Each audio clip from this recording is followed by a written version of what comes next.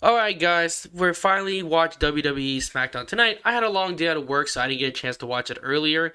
But I did get a chance to kind of look at some of the stuff, when I was at work. But it was a really long day, and I actually just watched it. So if I'm gonna fall asleep during this video, well, it's because I'm really tired. But I really wanted to make this video for you guys, so let's get straight to it. Now, if you like the merch that I'm wearing, yes, I finally got my YTC Yeet shirt. And if you want to get your own, you can use my WWE affiliate link at the bottom. It really does help with the channel. And of course, it supports me as a content creator.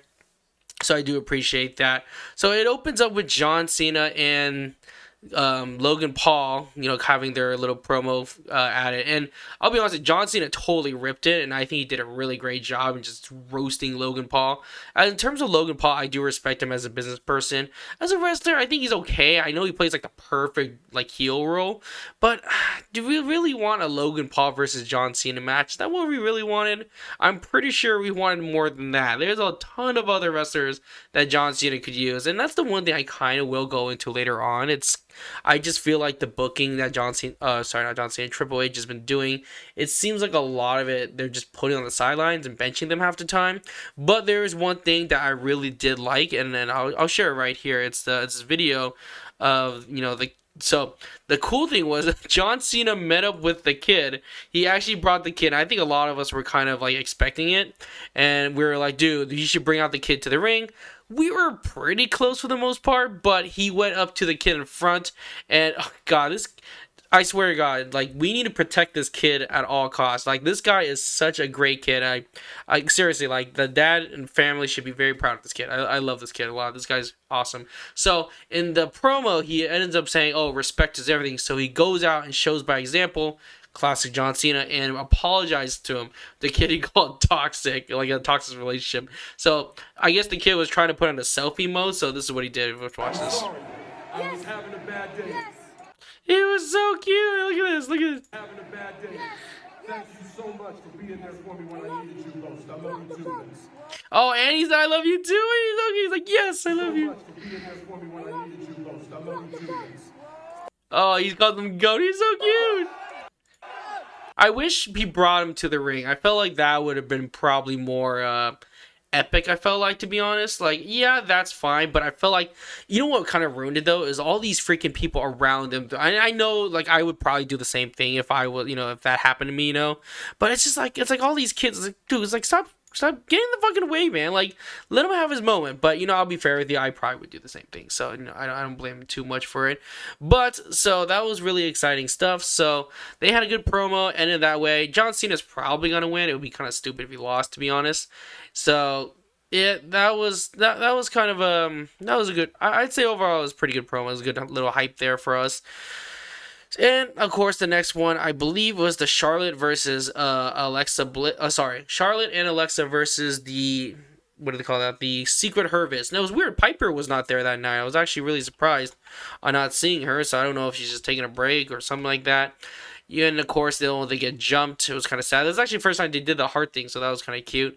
And Alexa, of course, wins and beats. What happens is the Secret Harvest ends up beating them up, and then it turns into like a solo match, I guess, singles match. So Alexa Bliss beats Chelsea, but of course, every time it happens after you beat them, you get beat up. So she gets beaten up, and Charlotte comes out.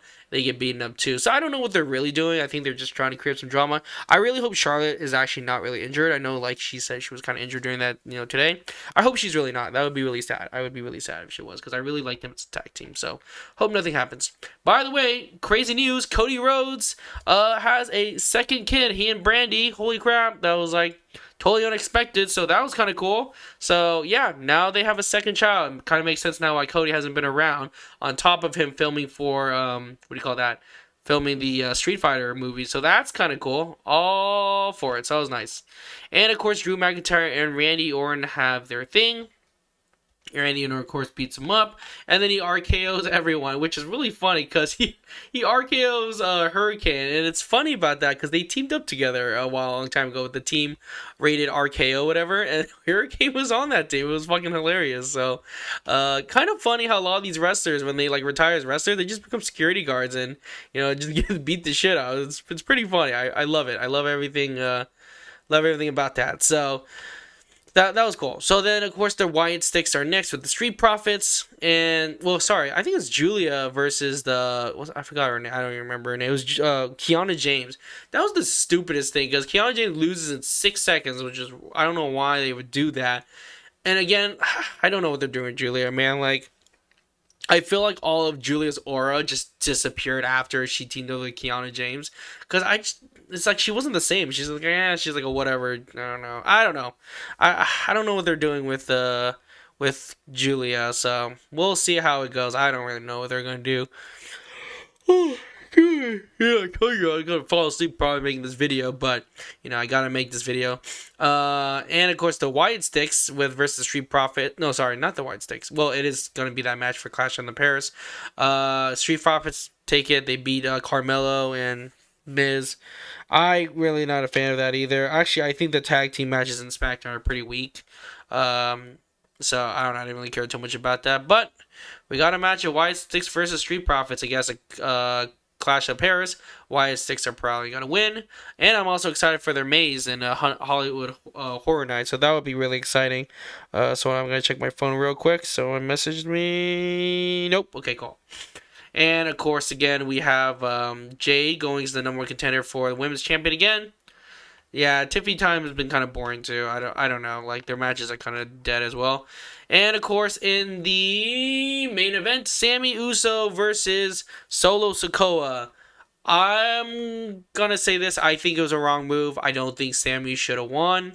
I don't know what they're doing with Solo because it seems like he made this MFT team.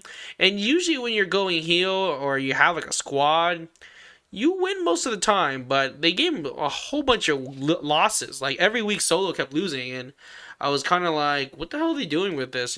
So Sammy won, and I guess it could happen this way, right? Like Sammy could just lose after like 40 days, and then shoot for the heavyweight or the undisputed, right? But I think Sammy's just gonna enjoy being United States. So yeah, I mean, I guess. But I guess the exciting part was Jacob Fatu and Jimmy kind of helping out, so that was really fun. So I think Jacob Fatu might go for the undisputed. To be honest, I think he'll probably go for the undisputed. I think that's what they're gonna do.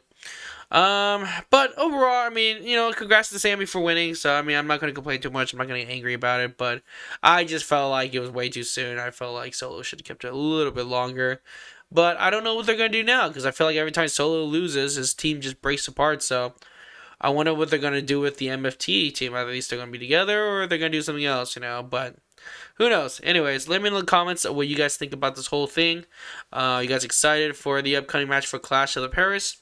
Which I will also make a review tomorrow, a prediction for tomorrow. So stay tuned for that video and see you guys next time. Peace.